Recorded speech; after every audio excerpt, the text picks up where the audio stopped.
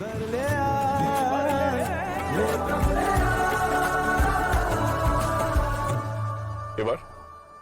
এবার আমি বাড়ি যাব, কোথাও যাব না। আর নাচ শেখা সেটা কি হবে? আমি ওখানে শিখতে যাব না। কেন? ওখানে যেতে গেলে আমি হারিয়ে যাব। বেশ, তার মানে ওই যে চ্যালেঞ্জটা তুমি নিয়েছো সেটা তোমার কাছে কোনো ব্যাপার না, হারলেও চলে যায়। কি হলো, কথা জিজ্ঞেস করছি তো। আচ্ছা, কালকে তুমি কলেজে গিয়ে কি বলবে? বলে দেবে যে তুমি কম্পিটিশন থেকে সরে যাচ্ছ, তাই তো? আর কেন জিজ্ঞেস করলে তুমি কি বলবে? যে তুমি হারিয়ে যাবার ভয়ে তুমি হেরে গেলে, এটাই বলবে তো? রাজু, এত সহজে হেরে গেলে হার মেনে নিলে তো হেরেই যেতে হবে। আর জেতবার জন্য অনেক কষ্ট করতে হয়।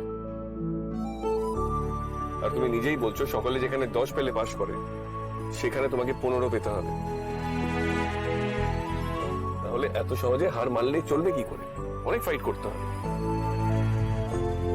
নিজের ফাইটিং স্পিরিট বাড়াতে হবে, মনের ভিতরে সব ভয়কে জয় করতে হবে।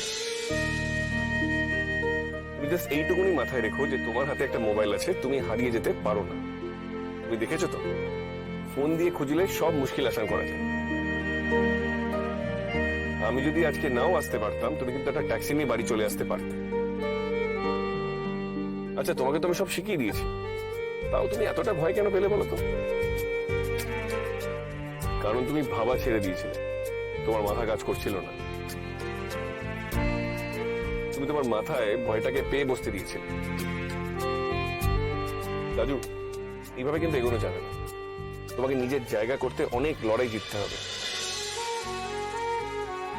আমি তোমাকে এই শহরের সব রাস্তা শিখিয়ে দেবো, তুমি কোথাও হারাবে না।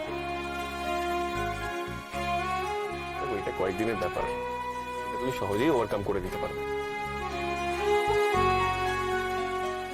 তোমাকে শুধু একটা কথা মাথায় রাখতে হবে, যে তোমাকে পড়াশোনায় সকলের আগে থাকতে হবে,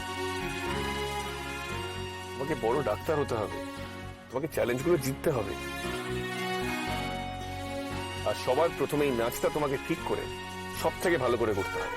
কি মাথায় ঢুকলো? তুমি যদি এসে দেখতে আমি হারিয়ে গেছি?